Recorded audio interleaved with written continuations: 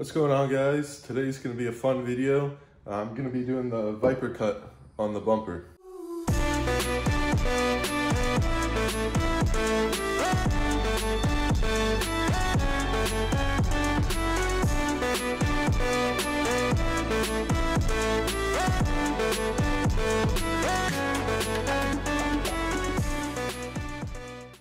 So I'm obviously a little bit apprehensive about cutting the bumper on a $40,000 truck, but I figured, I'm probably gonna get an aftermarket bumper anyway, so I'll likely need to do some cutting in the future. And the Viper Cut looks pretty cool. It'll give me a little more clearance and it'll stop my rubbing with my wheels and tire setup. All right, so the first step is gonna be masking off with some masking tape what you wanna cut.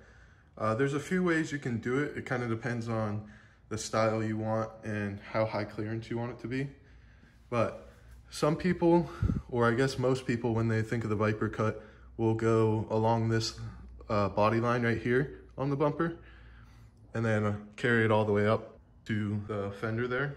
And then another way to cut it is to kind of do like a more like high clearance one and come up to here and follow this line on the bumper all the way over. That's a lot more aggressive and you have to do a lot more cutting with the inner fender liner and stuff, but that one looks pretty cool too. And if you're gonna do like a SSO slimline bumper, that's kind of like the line you have to do anyway. So maybe double check if you wanna go with that and just make sure you're not cutting away too much for that bumper. And then under the fender slash bumper here, there's a couple of notable things that you're gonna have to cut. Obviously, you're gonna have to cut this inner fender up.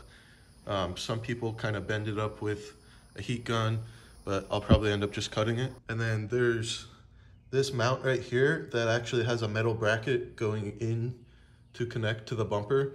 So some people cut around it and some people just cut it out completely and then bend the bracket back or cut the bracket out. I think I'm gonna try to leave it and see if it looks clean, and if not, then I'll cut it out or bend it out. All right, so here are the tools that I'm gonna try to do the cut with. I picked up a little rotary tool from Harbor Freight. I think it was like 30 bucks, 20 or 30 bucks. And then some saw blades. I'm not sure if these blades or pads, I guess, would work to cut it. So I got some little metal saw blades just in case. And then the tape, obviously, to mask off what I need. And then I'm gonna be using a pen to kind of draw out the curve. And I might end up using one of these guys to do like a little model of the curve, so I can kind of use it to get the curve that I want on it. And then you're also gonna need some edge trim to kind of clean up the edge after you cut it. That's coming in the mail from Amazon. It should be here in a couple hours, but I'm not too worried about it right now. I'll go ahead and start without it.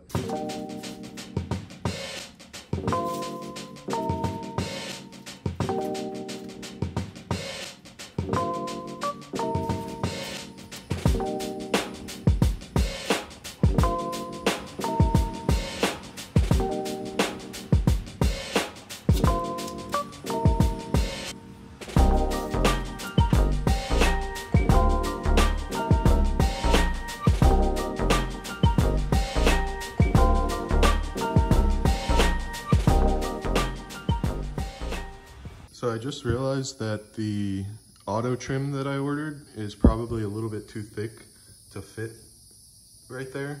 So I'm actually gonna lower this one down a little bit and push this one in a little bit, just redo it. It's not a big deal if you have to redo it. Take your time. It's a pretty expensive cut if you mess up, so don't worry about it, but just make sure you get it right before you start cutting. Measure twice, cut once. All right, so I think I'm good with this line. As you can see, I did use the funnel to make that turn.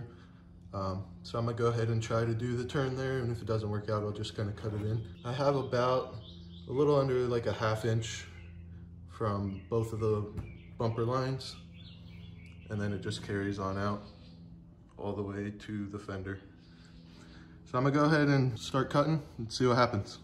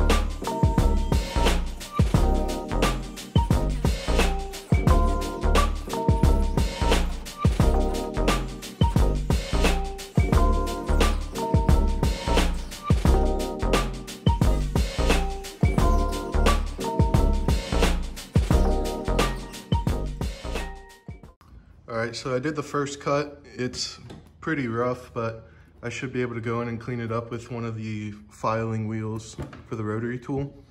I'm switching to the smaller blade to do the curve here. As you can see, I kind of might have already messed it up a little bit. I don't know.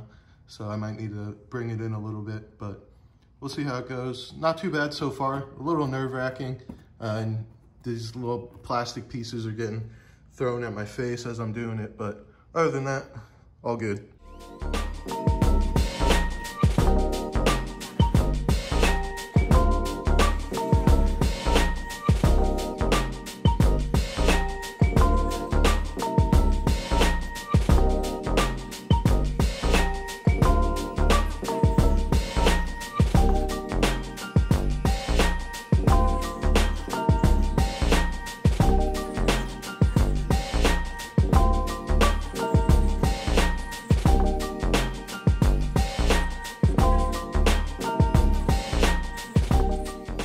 I didn't do too bad on the turn here. It's a little bit hard to see. You got to kind of angle around the grinder as you're going, but now just the final cut here. And then, like I said before, I'm going to try to kind of go around this bolt and see if I can leave the bracket in and see how that looks.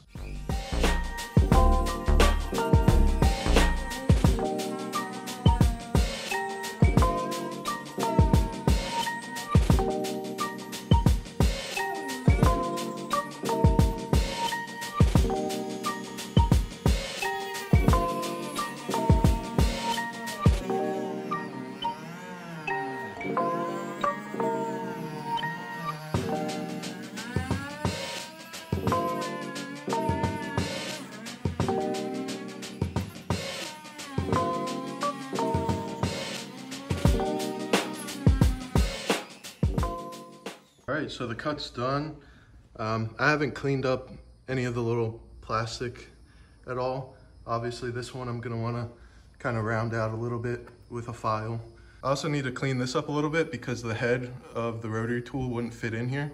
So the initial cut that I made on the fender, I couldn't cut all the way down to the actual bumper under it. And then like I said, in here, you're gonna have to cut the inside of the fender well. And then that's the bracket that I was talking about. So the one that connects down here. So what I'm gonna do is probably just unbolt this plastic because that's gonna be cut out anyway. And then just bolt the bracket back up to just the bumper itself. And we'll see how that looks.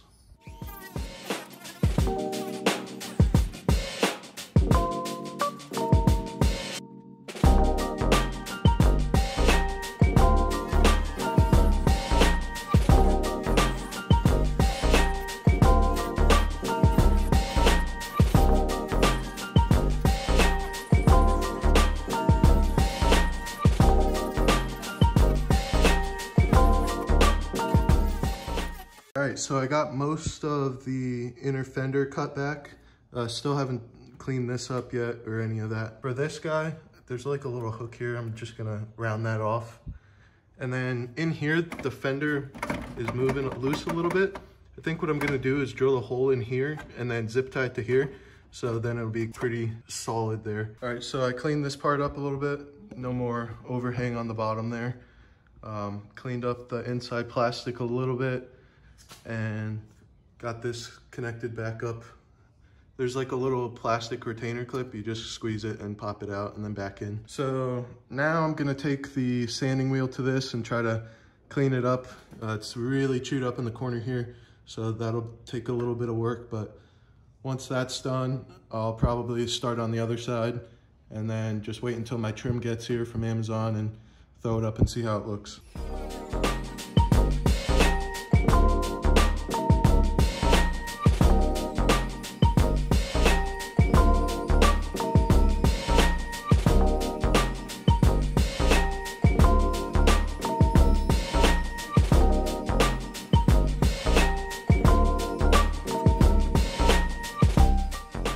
I'm pretty happy with the edge I got. It's obviously not the cleanest thing, but when I put the automotive trim over it, it should be perfectly fine. You won't even notice. All right, so this side didn't turn out quite as good because I used the bigger wheel the whole time. So if you're gonna do this curve, I would definitely suggest switching to the smaller wheel to get in here, because it's a lot harder with the bigger diameter to kind of make the turn. It's fine, I'll be able to clean it up with the sanding pad, and then obviously the trim's gonna go over, so it'll look fine in the end. All the major cutting's done on this side, so now I'm gonna take the sander to this guy all the way along it and try to smooth it out. But for the most part, pretty much done.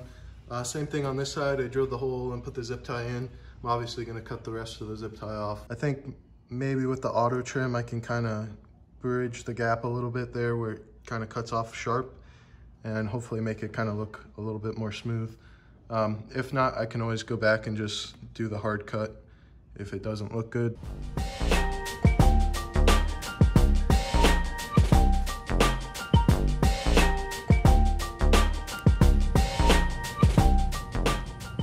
All right, so I just finished the Viper cut. You could kind of see it behind me.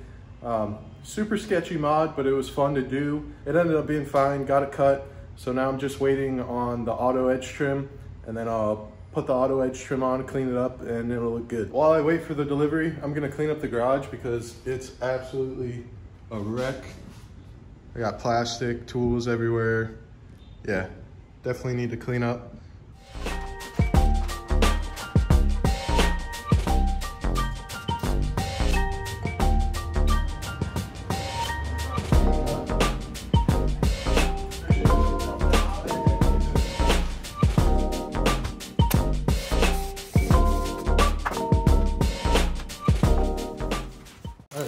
Edge trim just came in, so I'm gonna go ahead and measure it out and put it on the Viper cuts, and hopefully that'll clean it up a little bit, make it look a little bit better.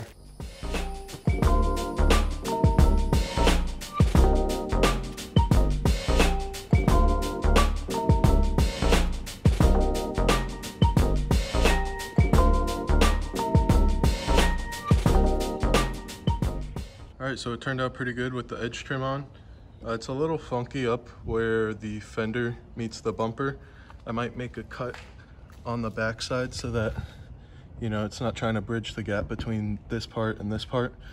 But other than that, I think it looks fine. The only thing I noticed with this edge trim is it has like a little bit of a gap. So I might in the future look to get maybe some type of tapered edge trim that kind of lays down flat, so it'll kind of blend in a little bit more and be a little bit more clean. But overall, I think it looks good. It was a hell of a project.